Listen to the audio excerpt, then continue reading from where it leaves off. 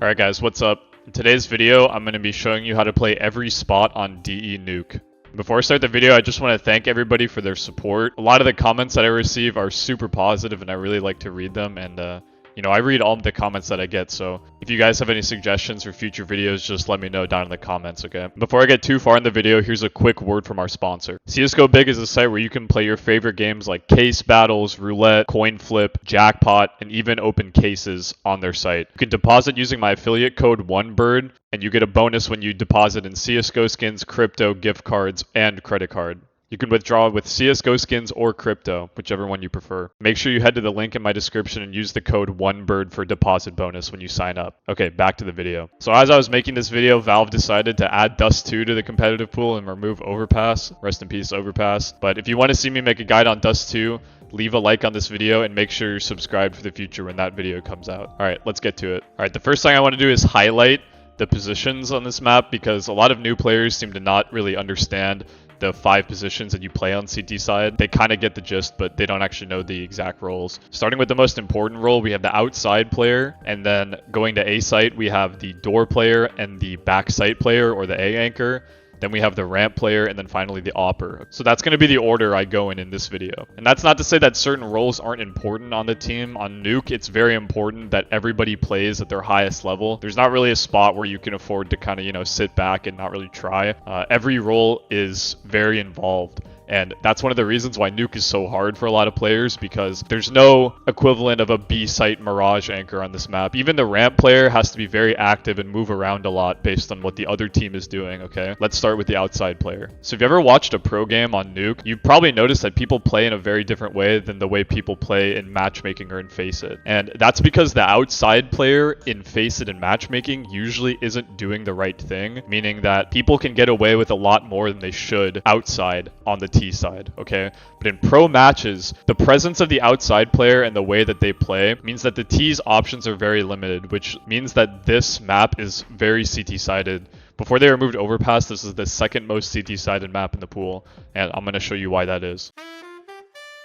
Okay, so the outside player's role is to hold main from whatever angle they want, while also gaining information outside at the same time, okay? The reason that you want to hold main and try to deny the other team from getting into main is that your A-side players in a mid-round are going to have a very hard time holding both door, hut, and main at the same time, okay? The thing is that if you are the outside player and you come and you play in main yourself, it's pretty hard to deny the other team from going outside down to lower, okay? Because it's hard to watch it.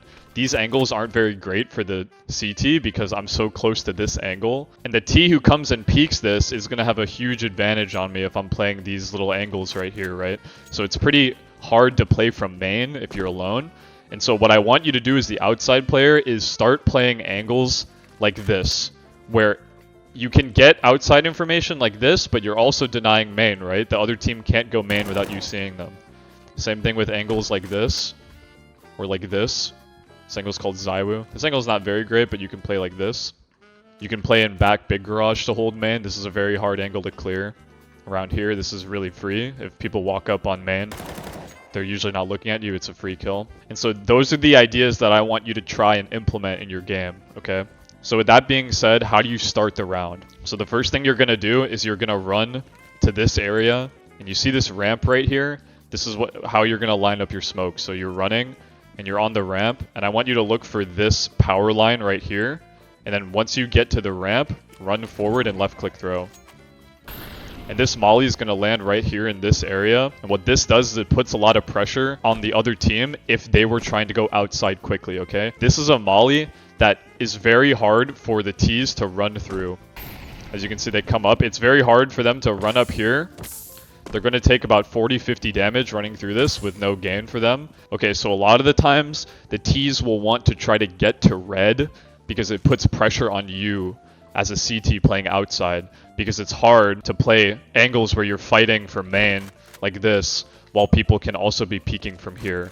Okay, so the T's want to get to this position, or at least give you the idea that they could be there, okay? So a lot of the times, T's will throw a smoke like this. Okay, and people have a lot of names for this smoke, but I call it the setup smoke. And what this allows tees to do is block off the sightline to come to red from all these angles, right? You can't see through this smoke unless you nade it, and it's pretty hard to get the timing. So what this molly does is, since it goes deep, right, lands here, this smoke becomes less effective because now they have to wait for this Molotov, and it gives you more breathing room right before the other team can fully rush you here. Okay, the other added benefit is that sometimes it might put out the smoke. Yeah, see, in a bad way, so that you can still get information if people have crossed, right? This smoke is not very good if it's like this. It has to land more out here for the tees to get a better effect out of it. Plus it blocks off this, right? It's hard for them to see. So I want you to throw this molly every round that you can afford it, okay? And the second thing that I want you to throw is called the glaive smoke, and this smoke has been around for a super long time. It was effective in CSGO, and it's just as effective, if not more effective, in CS2. And so you molly at the start, and then you throw a smoke like this off of this gray box. Okay, and what this smoke does is once the tees come to here, do you see how this smoke blocks off the sight line for if you wanted to run to here, or if you wanted to run into secret at the start of the round to gain a very advanced position, right? This smoke leaves the tees asking those kind of questions because they can't see beyond this smoke unless they run through your molly, right? Which you're going to hear because they'll hiss in the molly, or they'll put it out and they'll be throwing a lot of flashes, okay? So throwing these two pieces of utility at the start of the round makes the tees ask all those questions, and it forces them to play in a more passive manner, okay? That's why you throw these nades. Okay, and so after you throw these nades, if you want to play a little bit more aggressively, you know, you think you're better than the other team, it's a face it pug. Since this smoke is up and this molly covers this area, you're free to come play in here and look at top silo, okay? Because you're very safe from red, right? You think the other team isn't really holding W. You're very safe from red to play in this area, okay? And so you can pick off somebody who, you know, gets a little antsy and wants to come fight this, because this is a very hard angle to peek, right? And be successful with your kill. It's very hard to guess between this angle, and all these angles on here, okay? So it can be very good to start fighting like this, and then you're already in the outside area ready to, you know, try to counter what the other team does to you. Plus, you're also close to A. So if something starts happening at A, you're right here next to main, and you can come support your A teammates. You know, you still have a nade on a full gun round. You can nade a smoke. It's very common for the tees to just throw this smoke like this, right, and come out upper. So since you still have a nade, it can be very effective to right-click a nade like this. You know, get a few kills, fall back. Now you're in an advantage, okay? Why did my Siri just activate? Do you guys hear that? What the fuck? It scared the shit out of me. It sounded like somebody was talking to me in real life. Okay, and so as the outside player, you're going to see a lot of stuff happen, okay? So let's say the other team, you're in a intermediate to high level game, and they start throwing smokes like this. So this is very common, where, and these smokes are gonna have a gap, but these are called the diagonal smokes, right? And they block your vision from outer. What this means is that you're going to try to prompt one of your teammates to rotate down to lower, okay? Because somebody still has to hold main and hold the wrap to heaven. That's your responsibility. So a lot of the times you're not going to be rotating down to lower. So if you look at your radar and you see your opper is playing in this general area, right? He's playing in heaven. What this means is that you can tell the opper to pick up ramp and your ramp player to go down to lower. And so now you have somebody covering B site early, okay? The other option is if you don't think it's going to be upper, like your opper is playing towards A site and he has all of upper, and that you don't think that it's going to be an upper hit, this is a read that you can have. You can tell your door player to go down. So your door player is probably in this general area, right? Nothing's really happening. He didn't really hear anybody. He can have a timing to get down the vent. And so he can play angles like long. He can play angles like short here. And so now you have somebody actually holding lower, because it's not necessarily needed at the very start of the round, but it's needed in the mid round and the late round, okay?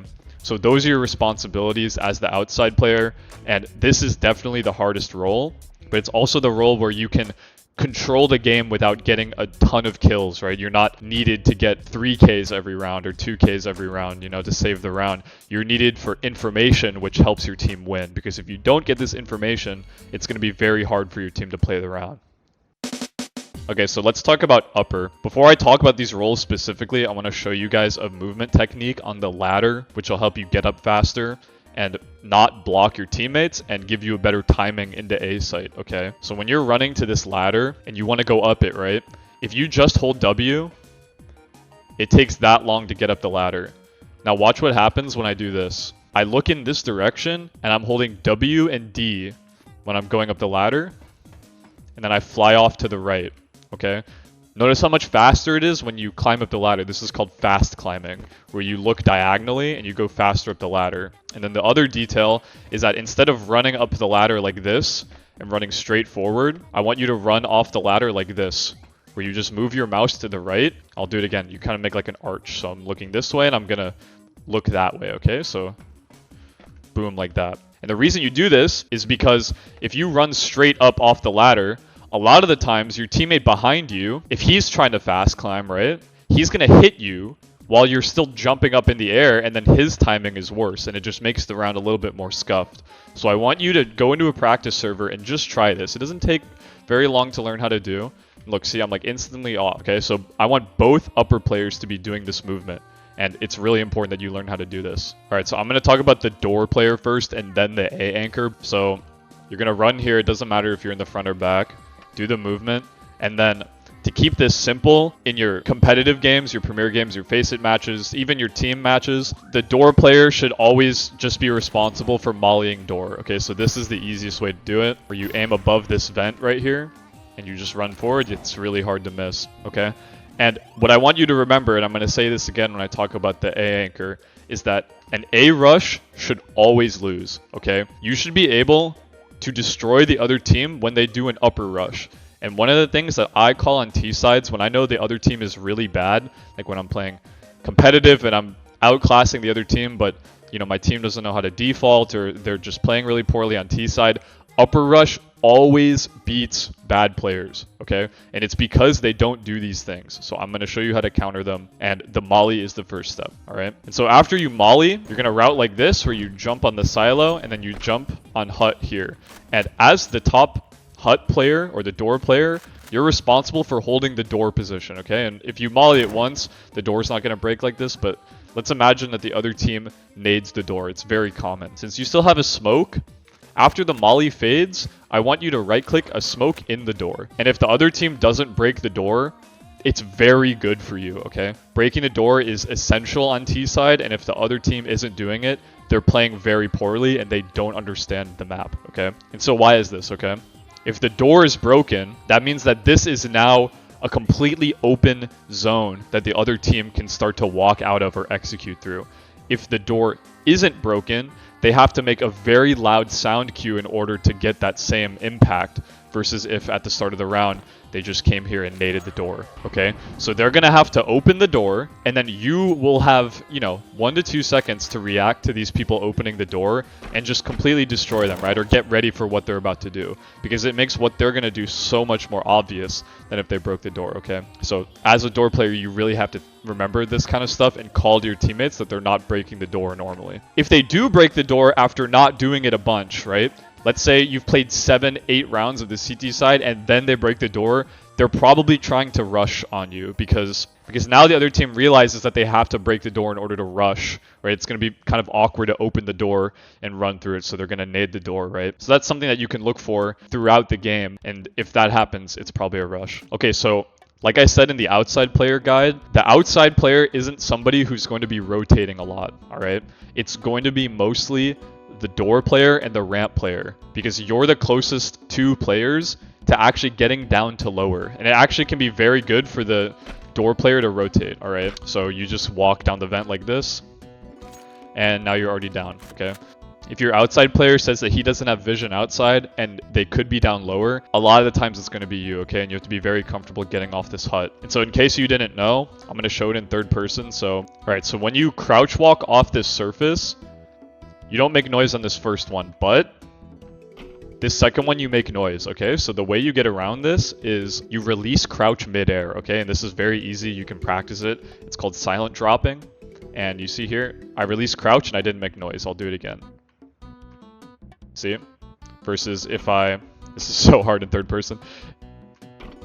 right? I'm always going to make noise, and if I walk off, it'll do the same thing, right? But then here, it'll make noise again. So you're going to have to do it twice, right? See how I don't make noise there? This is a very important movement technique that is very easy to learn. It's just like the ladder thing. It's super easy to learn, and I want you to know how to do it because you're going to have to do it a lot playing top hut. Okay, and so the last thing that I want to say about the door player is that it's very important that you call out what you're holding for your team, okay? So let's say in this example, and this happens a lot in Face It Pugs, where the door isn't getting naded. It's really important that you communicate to your team that you have their hut, okay? Because this angle is extremely strong, right? It's very, very hard to get cleared here when you're fighting the T's. So when they come out, it's just free kills for them, right? So that means they're not going to come out usually. But if they do, you're able to punish them. And so you have to tell your team that you're holding hut, okay? Or let's say you're playing here and you're holding mini. This angle isn't very good, but let's say you have mini or main. You tell your team, okay, I'm holding main. Can you hold my hut? Okay, I'm holding door. Can you hold my hut? Right? You see your teammate, he has your main. Okay, perfect. I'm going to hold door, walk out. That kind of stuff. It's really important that on a site, you're communicating with your teammates. Okay, now I'm going to talk about the A site anchor. And again, it's just as important that you learn this movement tech to get up the ladder. Again, to keep it simple, I want the door player to always throw the door molly and the A site player to throw a molly here. It can matter where you throw this molly, but this is the easiest way to do it. You can just throw it like this. And again, what you're trying to do is deny an A rush from ever happening. An A rush should never work, all right? And one of the key things that I tell my team when I want an A rush, and I think the other team is worse than me, is that the hut player isn't mollying hut. It can be very hard to rush upper if both of these things are mollied, okay? Because you have to smoke them, and then all your vision is blocked, and then you have weird pathing, and it can just be kind of awkward. So as a CT, you want to be throwing this molly and this molly, okay, as a team. And if your upper player, you're playing solo queue, he doesn't know what he's doing, then I would say that the door Molotov is more impactful, because the T's really can't come through this molly. They can smoke the hut molly, but if they smoke the door molly, they're going to lose the round if they're rushing. So remember, both these mollies, and this one is the more impactful one, so I want you to throw this one in case that your teammate doesn't know what to do. So the role of A site anchor is similar to the door player in that you have to always be communicating what you're holding. It's just that you're not as mobile of a player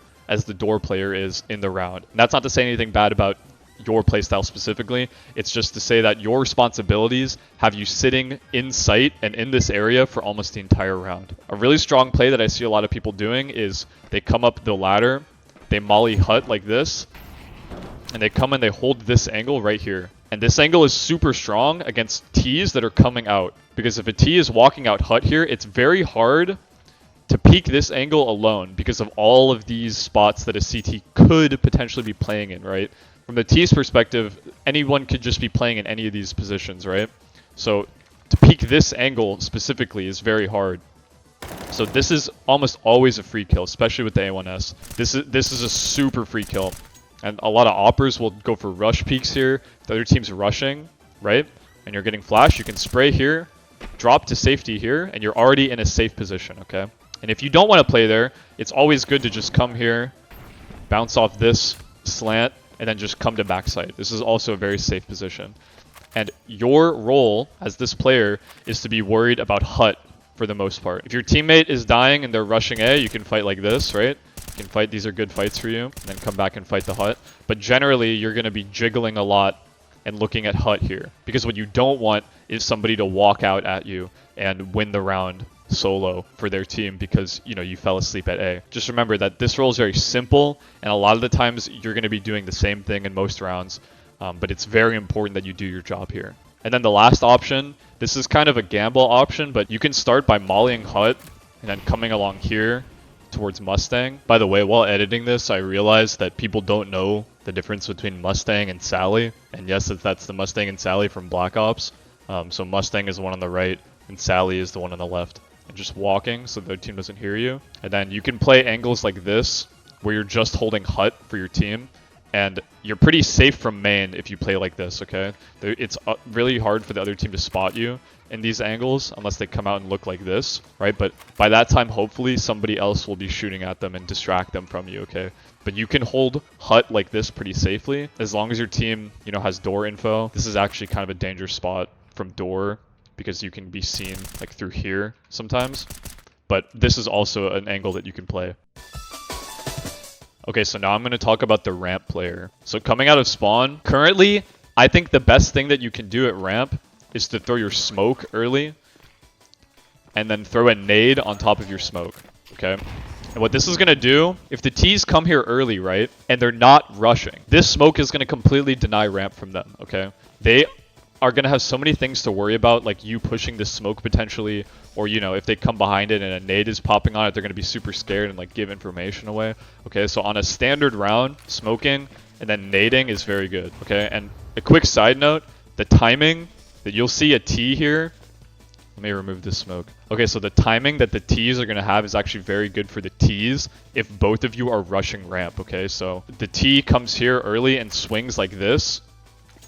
You're going to be right around about here, and this is pretty bad for you because this is hard to fight, right? You're like running already, and the other player is just wide swinging here, and he can just counter strafe and kill you pretty instantly. Rushing ramp isn't generally good, but that's why this smoke and nade combo is so strong.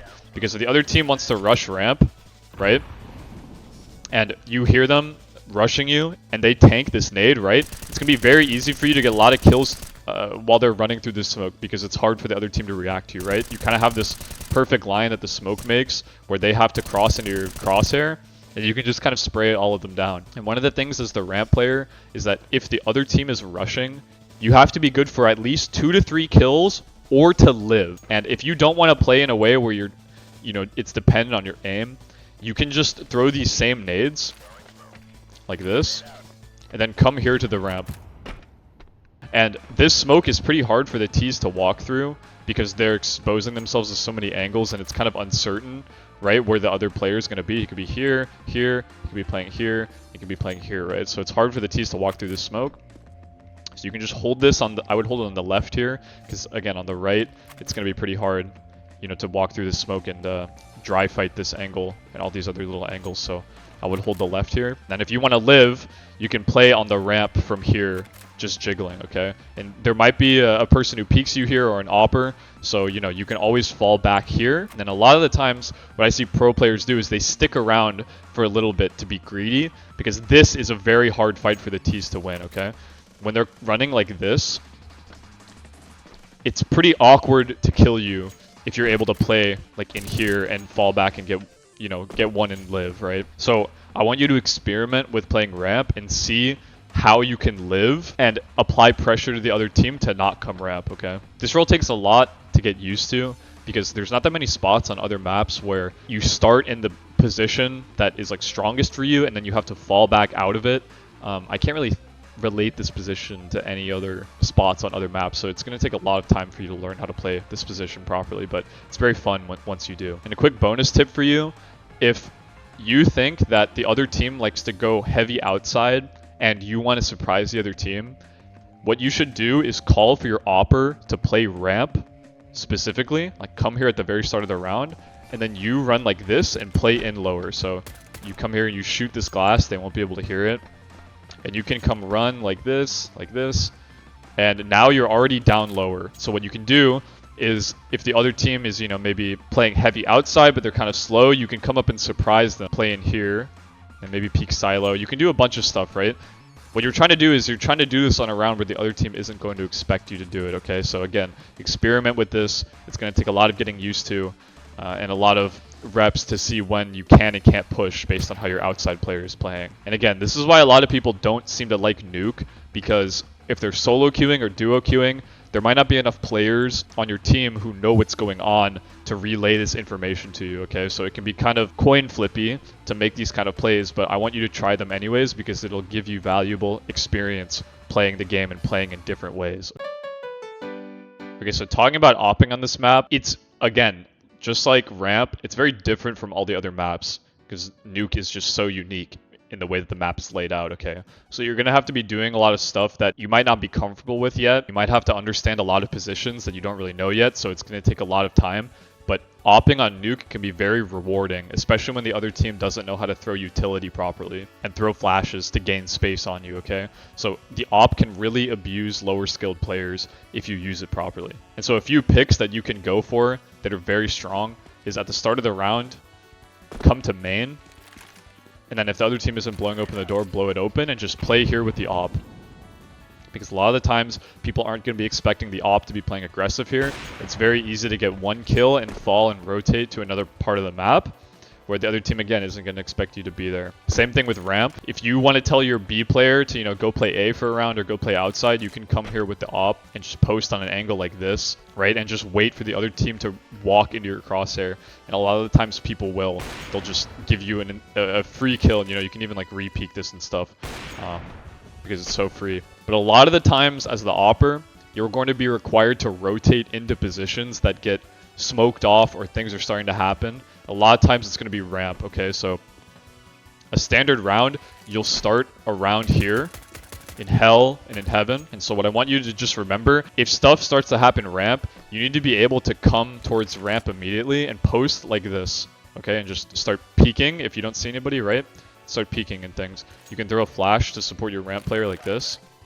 It's hard for him to get blinded by it, right? You see how this flash, you can't really see it from anywhere unless you're T, or you're going to see it from everywhere as T, not as CT. But the op is really strong at holding angles like this at ramp. Same thing with outside. It's really strong holding angles like Zywoo. Zywoo is famous for opping here because it's such a strong angle. There's no smokes coming across. You can see everything, right? It's just free kill there. You can come here. Roki likes to play here a lot with the op. Hold the cross. Right? Do the same thing from heaven, holding the cross. This angle gets pre-fired a lot, I'm going to be honest, so this isn't the greatest angle ever, but you can do the same thing from here. And you can come and support your teammates here with the op. And again, opping is very strange on this map. It's really not like any other map. You're just kind of super active and running around and having really fast fights happen to you, okay? So just remember, it's going to take a while to learn how to op on this map. But that means you should start now. Alright, and that's all I have to really talk about on Nuke for the basics. This information is enough to beat any low-skilled to intermediate level player. But you'll definitely find that once you start playing against professional players and really high-skilled players on this map, it gets really hard really fast. And so you need to learn a lot of plays once you get to that level, but until that point, you don't need to worry about it, okay? And yeah, that's all I have for this video. Make sure you're subscribed for when my Dust 2 guide comes out, because I was very good at Dust 2 when it was still in the map pool, and I was kind of sad when they removed it, but, life goes on. Nubis is a better map than Dust 2, in my opinion. But yeah, I'll see you in the next video. Peace.